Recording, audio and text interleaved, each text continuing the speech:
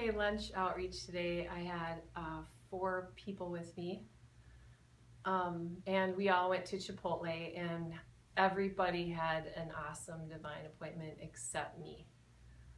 So I did have a prophetic word for a person, but it came out sideways, and it was right on, but that wasn't it. So we were out in the car, and I see these African American men in a big SUV. And I just had an impression that they were Muslim. So I was getting into the passenger seat, and I just yelled out the window casually. I said, hey, you guys know Isa? And I said, he's more than a prophet, man. And I thought I'd just leave it at that. And they're like, what? And they're like, yeah, we know Jesus. Come on over here. So I went over there, and I can't remember most of it. All I know was I spoke to them for about 25 minutes. We had an awesome dialogue. It was the most succinct, clear gospel testimony and spirit-led truth that I've ever performed in the Holy Spirit. So it was quite amazing. We literally got through.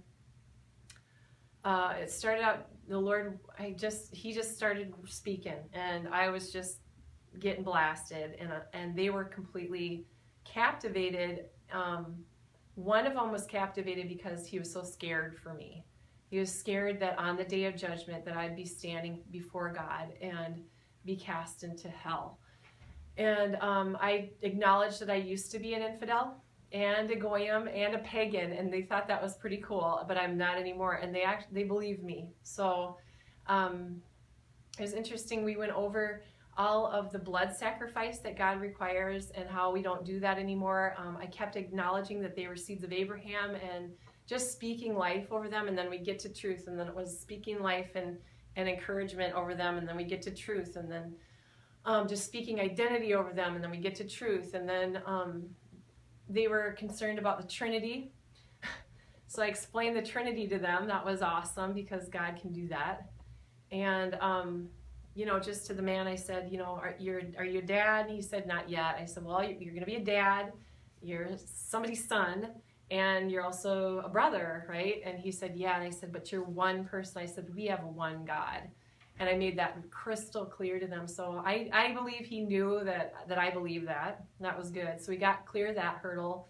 And then the whole Immaculate Conception came up, of course. And we had to get out of the carnal insemination process that God never did.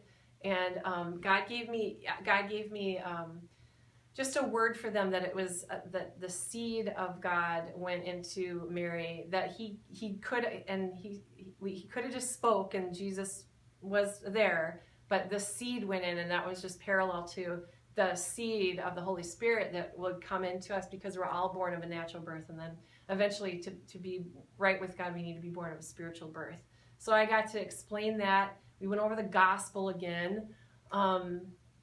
I can't think of anything I missed, except they had they really got hung up on the conception thing. So I had to really clarify what that was all about. And by the Holy Spirit's grace, we got to a place where we were all just in real need of the truth. And I mean, I could feel the Holy Spirit on me. So I asked them if it was okay for me to pray for them, if Jesus was who he said he was, and more than a prophet, that if God himself told them and showed them, if they would be willing to receive that, because that's a big deal. I wouldn't pray for that if they didn't receive it.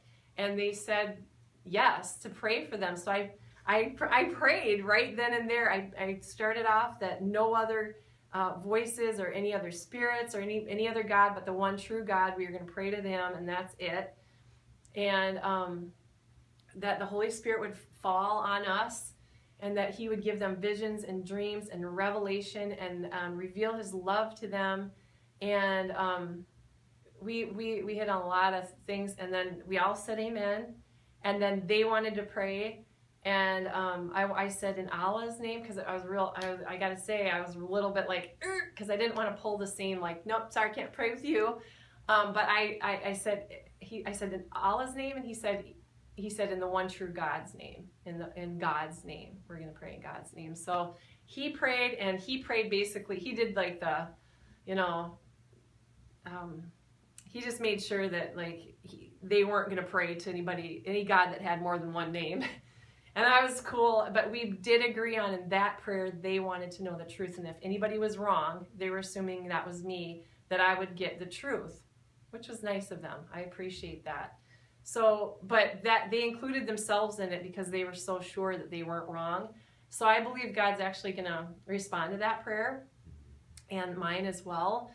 And that was it. And it was a pleasant conversation. These guys were seeking the truth. And I believe that with wisdom and the revelation of God, and I told them that it wasn't going to be like they were just going to know that God, but it had to be revelation.